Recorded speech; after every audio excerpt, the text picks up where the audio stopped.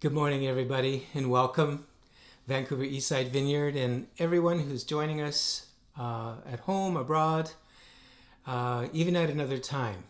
This is coming to you on Sunday, November the 8th, 2020, the 23rd Sunday after Pentecost in no continuing ordinary time. What a crazy time we're living in. What a crazy week it's been south of the border, and the story isn't over yet. And my heart's just grieving this morning as we've just had announced another lockdown, and we were so looking forward to being with our grandchildren today, and we've had to put those plans on hold. But through it all, I trust that you're feeling held by God in this time. And today, I want to continue our series, A Sacred Ecology, with today's topic, the ecology of justice. Now, what do I mean by the ecology of justice? Well, I think a little parable might help. Imagine having a housemate from hell. Imagine sharing a housemate. Maybe some of you experienced this, and hopefully you haven't been that. But you share a house with someone who you obviously share space, you share common areas, you share bathrooms, kitchens. Of course, you have your own bedrooms as well. But this housemate is just so wasteful, and they love to bring in takeout food and eat at home, and they only ate half of it and left the rest to lay around the house rotting in the common areas, and they bring in these unrecyclable packaging that they just leave lying around the house. And then they take up, even worse, they begin to take up just discarding some of those waste products in your room just because they're too lazy to take it out. And that, to me, is a description of our planet, because we all share this planet. We're all housemates with every human being and indeed every living thing on the face of the earth. We share the water, we share the land, we share the air that we breathe, and the resources. And have you ever been called weird? I'm gonna call you weird today, and we're all, probably most of us in this, and I include myself in this, are weird. And weird is an acronym to stand for Western, educated, industrialized, rich, and I know some of us don't feel very rich, but compared to most of the world we are, and democratic, weird. And we have not been, as weird people, good housemates to the most poor and disenfranchised people on the face of the earth. Through our consumption and our wastefulness in the West, we have seen negative impacts on the most marginalized in the world, which prompted Pope Francis to say in his latest encyclical that came out, Laudato Si, which means praise be to you. And by the way, the subtitle is On Care for Our Common Home. So he uses that language. And he talks about the cry of the earth is the cry of the poor. The cry of the earth is the cry of the poor. So for example, Africa, which accounts for less than 3% of all greenhouse gas emissions in the world, suffers the most due to extreme weather and drought, with devastating impacts on crops and food supply, because we've been bad housemates through our consumption here in the West. 1/3 of our food is discarded, is thrown away. And the encyclical goes on to say to throw out food is to steal from the table of the poor. So we can see that creation care is not some just hip, fancy trend. That it's not only a stewardship issue, it's a justice issue. And according to our text today from the book of Amos, God cries out, "Take away your songs. I will not listen to the melody of your instruments, but let justice roll down like waters and righteousness like a never-failing stream." That text taken by Martin Luther King in his famous I Have a Dream speech, it's God crying out that our songs of worship mean nothing if we're not doing justice. And of course, Martin Luther King was talking about Sunday morning where people would come and sing, and yet it was the most segregated hour in America. And I totally validate and agree with his interpretation of that. But I want to add another spin today, that our consumption and our lack of care for the earth is also a social justice issue that God is crying out for, and saying that our songs can never substitute for stewardship and care of our common home. For a number of years, I had a neighbor next door who had on her bumper sticker on her car that said, "No one is truly free while others are oppressed." And it was kind of a way of affirming shalom, that reality that we've been created with this interdependency, and that for one, my flourishing is bound up with the flourishing of everyone. And yet we have neighbors in our world who are eating out of garbage dumps. In Haiti, they eat the very mud from the earth just to survive because of deforestation and monocropping from the colonial era. In California, raging forest fires for successive years that we've seen. The people who've borne the brunt of that have been the poor farm workers who've suffered economically, with thousands being laid off. And air pollution has caused all kinds of health issues, chronic diseases, allergies, heart and lung disease, Lyme disease, and not to mention severe injuries from severe weather and death caused by that. And again, the people that are most affected are the vulnerable, children, the poor, the elderly, and people of color. Lisa Harper talks about a study that was done by the United Church of Christ entitled Toxic Waste and Race. And they found that the most significant factor in determining where a toxic waste facility was to be located in the U.S.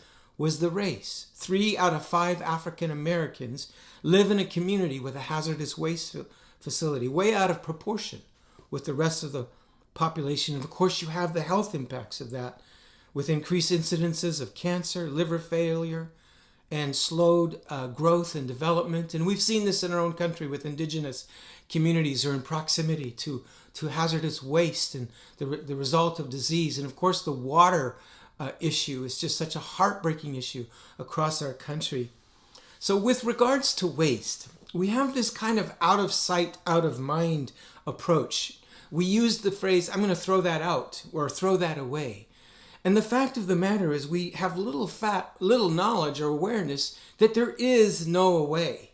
It has to go somewhere.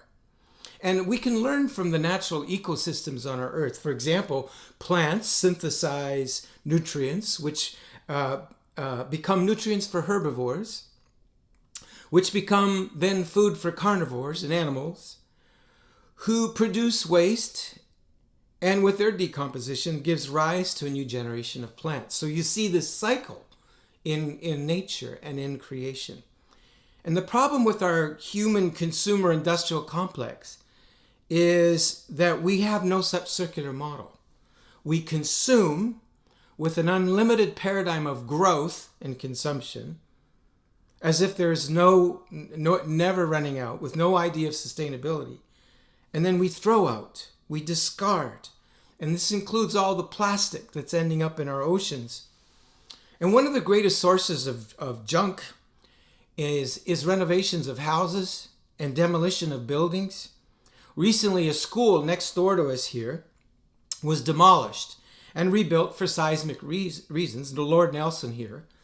But I've been walking by the wreckage every morning, and it's just phenomenal. Like, there's just mountains of debris, cement, rubble, rebar, wire, metal, wood, and every day for weeks on end, these big cats are coming in and disposing of it in dump trucks, and they're taking it away. And it just, I don't know if I'm imagining things, but it seems to be growing and not shrinking. And it so disturbed me one day that I phoned the city And they helped me out, and they said that actually what happens is they do sort through that. And they acknowledge that concrete cannot be recycled and that has to go to the landfill. But many, many of the products are sorted through. They don't just take it and dump it. They're actually being very thoughtful. And a lot of the metal and the wood and different things are being recycled. But it's still overwhelming to see the amount of waste from that one project alone. Although I'm grateful for a seismically safe school that's been built in its place. But probably most concerning of all is that in our shared home is climate change. Climate is one of our common goods that we share in this common home that we have. And the last 5 years, according to NASA, they have a Goddard Institute for Space Studies, have collectively shown as the warmest 5 years since we began to record the mean average temperatures on the Earth. And of course, there's exceptions and weather extremes, and we're heading into a cold front in the next couple of days. Those things happen, but we're talking about the overall average increase of temperature in the world. And these last 5 years, since 2015, have been the warmest years on record. And the result is, as we know, the melting of the polar ice caps, which is causing rising of sea levels, which is putting at risk a quarter of the Earth's population that live on coastlands, many of whom are the poor, again. It causes the acidification of oceans, which is jeopardizing our beautiful coral reefs and the ecodiversity of these coral reefs and the loss of so much of that. And increasing severe weather patterns, storms, heat waves, water shortages, droughts affecting food production. The pine beetle in our own province is the result of warming, where normally the winter temperatures would have killed them off in the winter season. And the devastating forest fires that we've seen here in our own province. And the poorest of the earth are again impacted by this, because fishing, agriculture, and forestry are often how they live.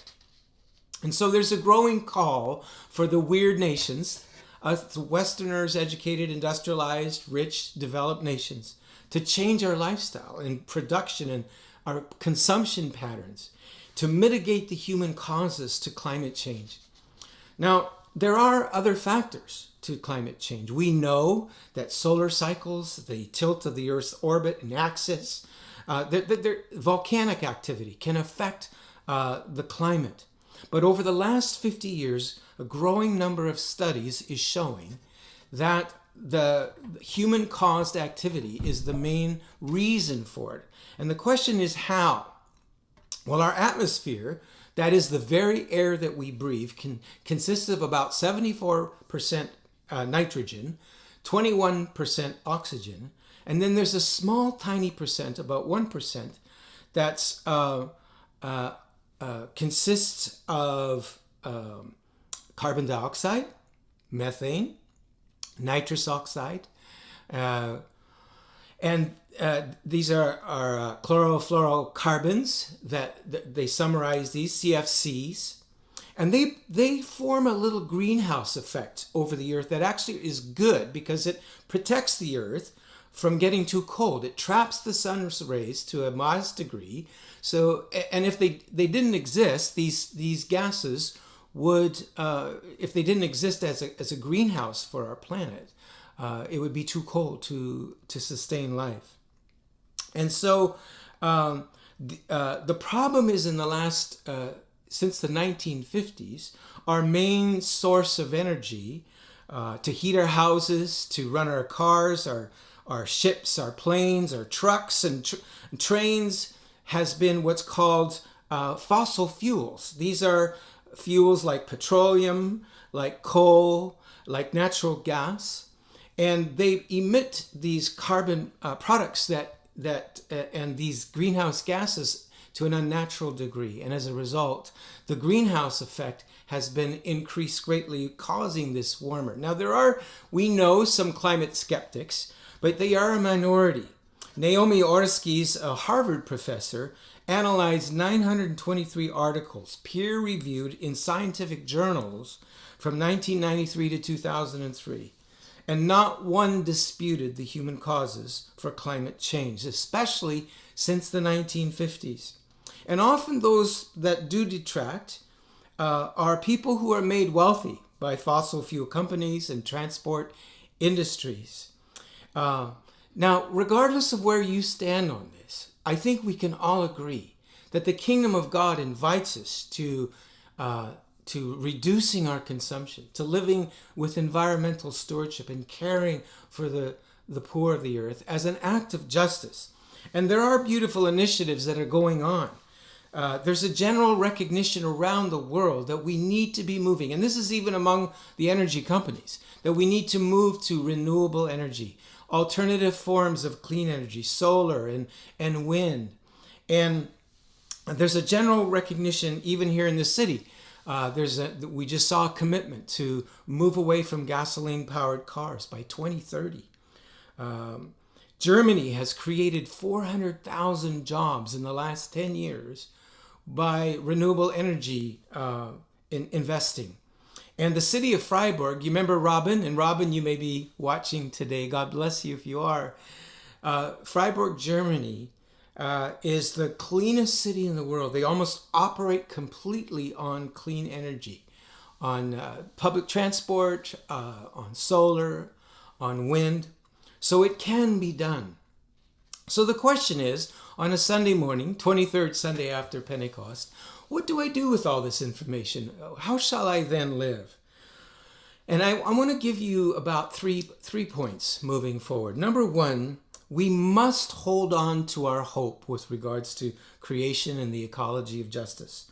Do not lose hope or give in to cynicism or despair or stoicism. Stoicism is kind of this, Buddha smile, everything's fine, I'll just ignore all the problems and deny reality. Cynicism or stoicism are both two ditches we want to avoid. We want to engage with hope and recognize the words from Paul in Romans said this, for the creation, this is amazing, for the creation waits in eager expectation and in hope for the revealing of the sons and the daughters of God. So that the creation itself is in the hope that it will be liberated from its bondage and decay.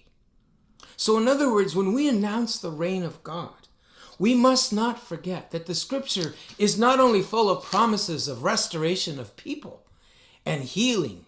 The very scriptures in the Old Testament that promised Jesus and promised his ministry of opening blinded eyes and raising the dead and healing the lame, promise that the desert will blossom as a rose. It promises that it will blossom as a garden, that the lion will lie down with the lamb. It promises environmental restoration. And so we have hope that history is on our side. And when we say the moral arc of the universe is long and it's bending towards justice, that includes the earth and creation, that history is on our side.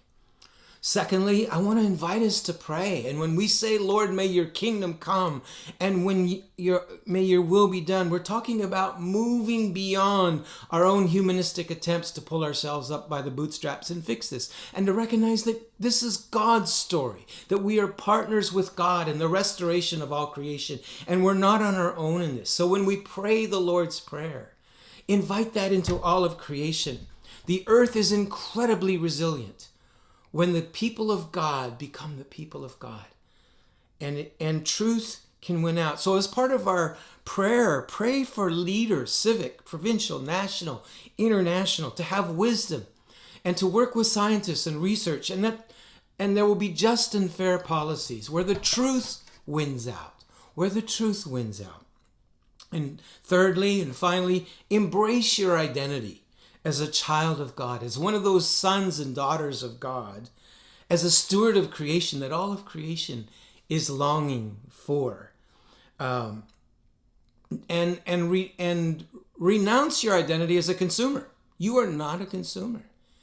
You are in the image of God. You're an image bearer, and you are a steward. You're God's representative. I was going to show you a little app on my phone. but I'm using my phone to film this. So there's a little app on my phone from the city of Vancouver. And anytime I'm not sure what to do with something that I want to dispose of, I just tap on that app. And the other day I had some light bulbs and I thought, you know what? I'm not sure because there's nothing in the regular compost or recycling program of the city that has something for light bulbs. So I tapped it into my app and London Drugs came up. And so I took all of the light bulbs that I had and I put them in the very boxes that I'd bought them in, took them to London Drugs, and London Drugs recycles the light bulbs. There's all kinds of electronic things that I don't know what to do with. And there's a little place over here called Powell Street Recycling Depot. And they take every kind of electronic, they even take CDs. Another great recycling place is the North Shore Transfer Station right next to the landfill site. There's all kinds of recycling options in their recycling depot, even books, paper, cardboard, metal, electronics. I've taken CDs that, there's nothing that I have anymore that can play them, so why keep them? And they take them. So there's so many beautiful initiatives that are going on where we can begin to be better stewards and not just throw away. And I know that we're still in a place where we're in this in-between time and sometimes just there's no option but to dispose of something. But we're growing in understanding. And Tay and I, a few months ago before COVID, we're meeting regularly with Chloe Pentelti, and she had as a high school project to work on the greening of our building. And you've probably seen some of the initiatives.